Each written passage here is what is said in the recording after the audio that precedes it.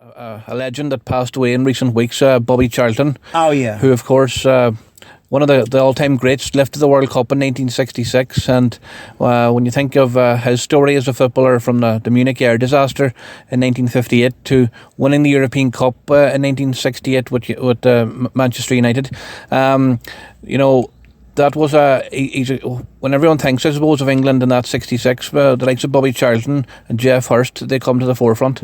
They do indeed, yeah. It's always goes, especially there with West Ham supporters. You've got Moore, Peters, and Hurst, but the team was a very sort of strong team, and I suppose the proper legend of it was from Gordon Banks in goal up to the centre forward, which was Bobby Charlton was Bobby Charlton. Yeah. Man United at that time had a very strong team. There was Brian Kidd. He was young when they won the European Cup. You had Georgie Best, Dennis Law. Styles. Yeah, Nobby Styles was playing in the things, but one of the best players I ever sort of see was Dennis Law. I always liked to enjoy when Dennis Law played. And then Charlton, as people said about now, he could kick the ball with both feet. He used to do the heading and everything. He was fantastic at all aspects of the game. Yeah, unlike a lot of the talent we see today, and in England, for me, it's become more of more money and less talent. When you consider back in them days, just the football pitches that we're playing on as well. Bobby Charlton, I don't think there'll ever be another type of Bobby Charlton. Yeah.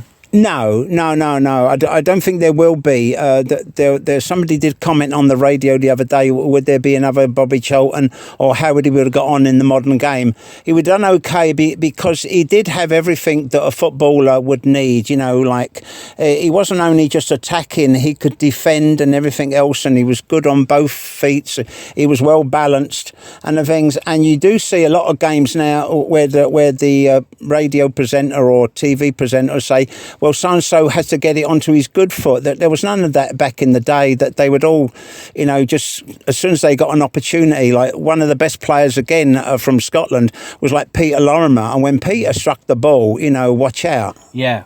And something that you've just mentioned there that might have helped the player of that era, Danny, compared to nowadays, is back in them days, there wasn't many things that could distract a footballer in terms of you probably have a lot of times to focus on honing your skills.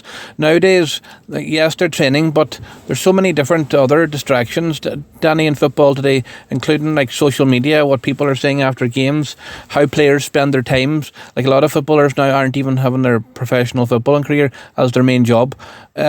When you compare that with the Bobby Charlton era, it's maybe sometimes easier to see why Bobby Charlton stands out as a giant.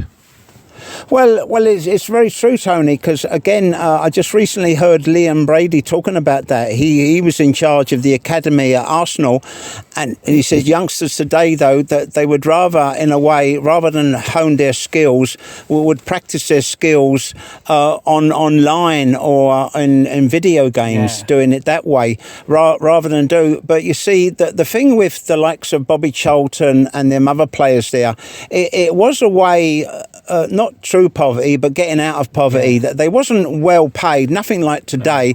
But other than that, like he could go the way of his famous uncle. I can't think of the time. Yeah. He could go down the pits. But when he had football skills, he could hone them and earn a very good living. Yeah. Yeah, and that he certainly did, and we'd like to remember him on this podcast by saying maybe Bobby Charlton, rest in peace. Yeah. Oh, indeed, yeah, and thanks for all the entertainment. Not only in the football, he did, but every time you see him as an interview, he was a proper sort of gentleman. Yeah. Some of these others, Yeah, well, that is true. Like Bobby Charlton came across like a man to me that was very down to earth and had no real ego. Was just a football man through and through, and achieved. I'll tell you what, a lot of them current Manchester United players could do well in taking a leaf out of his book and just focus on his primary job, and that's certainly what he did. And it's nice to remember Bobby on the